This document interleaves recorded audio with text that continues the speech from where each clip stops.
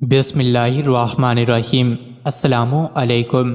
روزانہ واقعات سننے کے لیے اس چینل کو سبسکرائب کریں۔ نبی علیہ الصلاۃ والسلام عید کے دن گھر سے مسجد کی طرف تشریف لانے لگے۔ راستے میں آپ صلی اللہ علیہ وسلم نے کچھ بچوں کو کھیلتے دیکھا۔ انہوں نے اچھے کپڑے پہنے ہوئے تھے۔ بچوں نے سلام عرض کیا تو نبی علیہ الصلاۃ والسلام نے جواب ارشاد فرمایا۔ اس کے بعد آپ آگے تشریف لے گئے تو ایک بچے کو خاموشی کے ساتھ اداس بیٹھے دیکھا۔ آپ صلی اللہ علیہ وآلہ وسلم اس کے قریب رک گئے۔ آپ نے اس بچے سے پوچھا کہ تمہیں کیا ہوا ہے کہ تم اداس اور پریشان نظر آ رہے ہو؟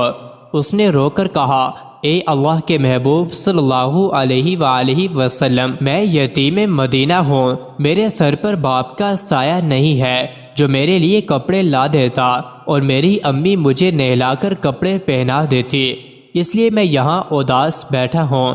نبی علیہ الصلاۃ والسلام نے اس سے فرمایا کہ تم میرے ساتھ آؤ۔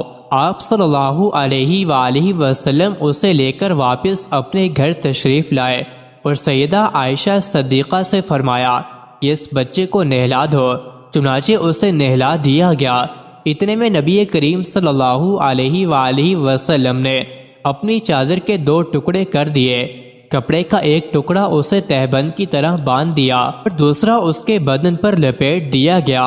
پھر اس کے سر پر تیل لگا کر کنگھی کی گئی، حتیٰ کہ جب وہ بچہ تیار ہو گیا اور نبی علیہ الصلاۃ والسلام کے ساتھ چلنے لگا تو نبی علیہ الصلاۃ والسلام نیچے بیٹھ گئے اور اس بچے کو فرمایا، آج تو پیدل چل کر مسجد میں نہیں جائے گا بلکہ میرے نبوت والے کندھوں پر سوار ہو کر جائے گا۔ نبی علیہ الصلاۃ والسلام نے اس بچے کو کندھوں پر سوار کر لیا اور اسی حالت میں اس گلی میں تشریف لائے جس میں بچے کھیل رہے تھے۔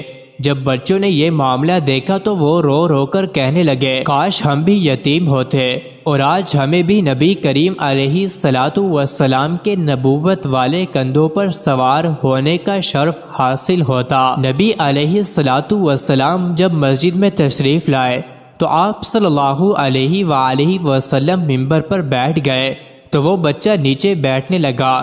نبی علیہ الصلاۃ والسلام نے اسے اشارہ کر کے فرمایا کہ تم آج زمین پر نہیں بیٹھو گے۔ چنانچہ آپ صلی اللہ علیہ وسلم نے اس بچے کو اپنے ساتھ ممبر پر بٹھایا اور پھر اس کے سر پر ہاتھ رکھ کر ارشاد فرمایا کہ جو شخص یتیم کی کفالت کرے گا اور محبت و شفقت کی وجہ سے اس کے سر پر ہاتھ پھیرے گا، اس کے ہاتھ کے نیچے جتنے بال آئیں گے اللہ تعالیٰ اس کے نامہ اعمال میں اتنی نیکیاں لکھ دے گا۔ سلطان المشائخ حضرت خواجہ نظام الدین اولیاء محبوب الہی دہلوی رحمت اللہ علیہ کے ہاں ایک مہمان آیا، رات قیام کیا۔ دوسرے دن صبح دہلی کے بازار میں کچھ چیزیں فروخت کرتا ہوا دیکھا گیا۔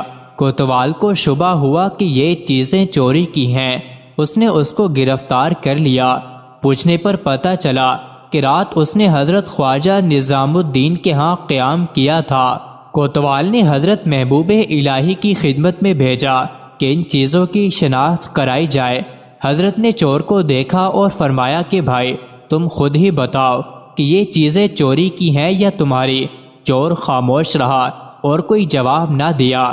آپ نے فرمایا کہ نظام الدین خالی ہاتھ آیا اور خالی ہاتھ ہی جائے گا، بھلا وہ ان چیزوں کی کیا شناخت کرے گا جس کو اپنی شناخت سے فرصت نہیں؟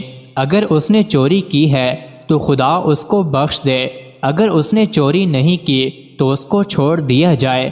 پولیس افسر نے خیال کیا کہ زیر حراست آدمی بے گناہ ہے، اس نے اس کو چھوڑ دیا۔ حضرت محبوب الہی نے چور سے فرمایا کہ بھائی تم ہماری چوری کے الزام میں گرفتار کیے گئے، تمہیں تکلیف ہوئی، مجھے معاف کر دو، ہمارے مہمان ہو، خدا معلوم تم نے ابھی تک کھانا کھایا ہے کہ نہیں۔ آپ نے چور کے لیے کھانا اور پھل منگوا کر کھلایا۔ اس کے بعد اس کے چہرے پر خوشی کے آثار نمودار ہوئے اور وہ چور حضرت خواجہ نظام الدین محبوب الہی کے قدموں پر گر پڑا اور عرض کرنے لگا کہ حضور، یہ جاننے کے باوجود کہ میں چور ہوں، یہ چیزیں میں نے آپ کی چرائی ہیں، آپ نے میرے قصور کو بغیر میری درخواست کے معاف کر دیا اور میری پردہ پوشی کی، مجھ پر مہربانی فرمائے۔ میں آپ کے اس حسن سلوک سے بہت متاثر ہوا ہوں۔ آپ مسلمان ہیں اور مسلمانوں کے عظیم روحانی پیشوا ہیں۔ جس مذہب کے پیشوا اتنے اچھے ہوں وہ مذہب کتنا عظیم ہوگا۔ میں اسلام کی صداقت کو تسلیم کرتے ہوئے اسلام قبول کرتا ہوں۔ اس کے بعد حضرت خواجہ نظام الدین اولیاء نے فرمایا، ایسا حسن سلوک میرے مذہب کی ایک ادنا مثال ہے۔ مزید ایسی ہی ویڈیوز کے لیے چینل کو ضرور سبسکرائب کریں۔